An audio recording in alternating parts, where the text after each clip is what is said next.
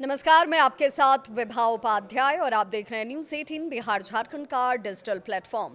गंगा के दो पाटों के बीच बसा राघोपुर सिर्फ एक चुनावी मैदान नहीं है, बल्कि एक ऐसे परिवार की कहानी है जो राजनीति से भी बड़ी है, जहां दिल, खून और सत्ता आमने सामने खड़े हैं।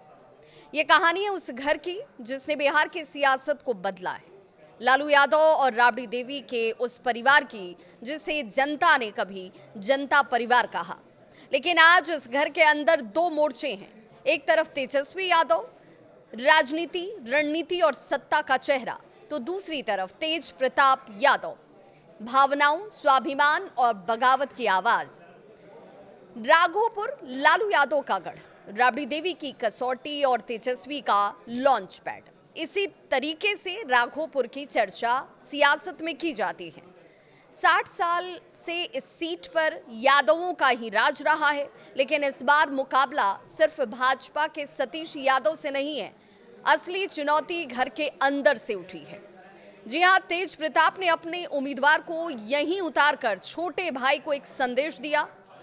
ताज की लड़ाई सिर्फ बाहर नहीं, घर के अंदर भी होगी। दूसरी तरफ है महुआ। ये वो तेज प्रताप का चुनावी मैदान है जहां पर तेज प्रताप खुद उतरे हुए हैं। लेकिन सिर्फ इसे क्या एक चुनावी मैदान देखा जाए? तो जानकार कहते हैं कि बिल्कुल नहीं, ये स्वाभिमान भी है। यहां जंग सीट की नहीं, इज्जत की है। राबड़ी देवी रोज 150 से 200 बार फोन करके ये कहती हैं कि तेजू को जिताइए। ये मानना है जानकारों का। ये जानकार कहते हैं कि राबड़ी देवी, जो कि मां की भूमिका में है, वो चाहती हैं कि सियासत में दोनों ही बेटों की जीत हो। मां का दिल है तेज प्रताप के लिए जो ज्यादा धड़कता है, उनके ज्यादा करीब अपने आप को पाता है, लेकिन पिता की राजनीति तेजस्वी के साथ है। एक बेटा दिमाग से लड़ रहा है तो दूसरा मां की ममता और आत्मसम्मान से। इधर परिवार में जैसे एक दूसरे के आमने सामने ठन कर दोनों खड़े हों, एनडीए इसे देखकर मुस्कुरा रहा हो। राघोपुर में भाजपा ने यादव प्रत्याशी उतारकर यादव वोट बैंक में सेंध लगाने की कोशिश की है। जनता किसके साथ खड़ी है ये तो वक्त बताएगा, लेकिन सियासी लड़ाई परिवारों के बीच आपसी कड़वाहट को तो जाहिर जरूर कर रही है। महुआ में लोजपा की तरफ से संजय सिंह को सामने लाया गया और लड़ाई को त्रिकोणीय कर दिया गया है।